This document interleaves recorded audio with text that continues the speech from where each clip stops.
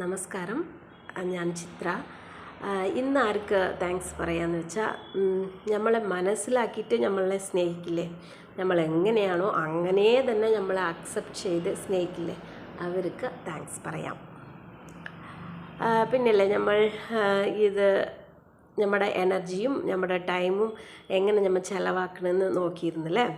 ഇപ്പോൾ ഇതേപോലെ ഡെയിലി, അതായത് ഡെയിലിയോ ഒരു 21 ഡേയ്സോ ഇല്ലെങ്കിൽ എപ്പോഴുമേ തന്നെ അതുമാതിരി നമ്മുടെ ചിന്തകളിനെ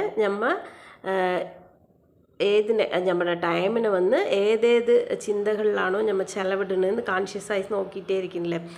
പിന്നെ അങ്ങനെയൊന്നും വിചാരിക്കൊന്നും വേണ്ട, നമ്മൾ ഇതിനൊക്കെ ഇങ്ങനെയൊക്കെ ചിലവ് ചെയ്തിട്ടുണ്ടാ, നാളെയിലിരുന്ന് ഇത് ചെയ്യാൻ പാടില്ല, അങ്ങനെ എതുമേ യോസിക്കണ്ട.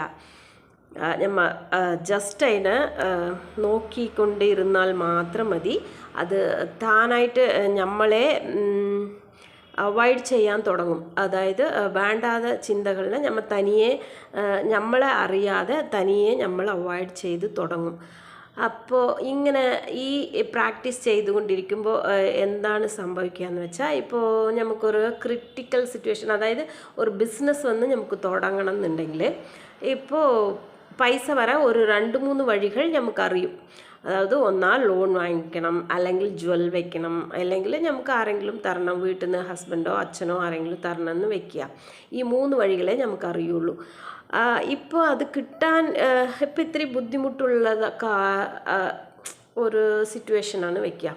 അവിടുന്ന് ഈ 3 സ്ഥലത്തുനിന്ന് നമുക്ക് പൈസ കിട്ടാൻ ഒരു ബുദ്ധിമുട്ടായ സിറ്റുവേഷനാണ് എന്ന് വെച്ചാൽ കൂടെ, നമ്മൾ ഇതുമാതിരി കോൺഷ്യസ് ആയിട്ട് നമ്മുടെ ചിന്തകളിനെ നമ്മൾ അങ്ങനെ നോക്കിക്കൊണ്ടേ, അതായത് ചിന്തകൾ ഏതിനൊക്കെയാണ് നമ്മൾ ചിലവ് ചെയ്യുന്നതെന്ന് ചിന്തകളിനെ നോക്കിയിട്ടേ ഇരിക്കുമ്പോഴുണ്ടല്ലോ, ഈ സിറ്റുവേഷനൊക്കെ പോയി നമുക്കുള്ള ഈ 3 വഴികൾ മാത്രമല്ല നമുക്കറിയുള്ളൂ.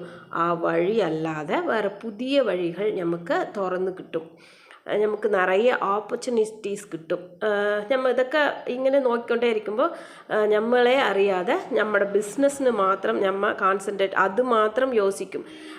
എങ്ങനെയാണ് നമുക്ക് ഇത് തുടങ്ങണം, ഇത് വേണം, അങ്ങനെ നമുക്ക് എന്താണോ വേണ്ടത് അത് മാത്രം നമ്മൾ പിന്നെ യോസിക്കാൻ തുടങ്ങും. അപ്പം ഉണ്ടല്ലോ, അതിന് നിറയെ ഓപ്പർച്യൂണിറ്റീസ് നമുക്ക് തുറന്ന് കിട്ടും.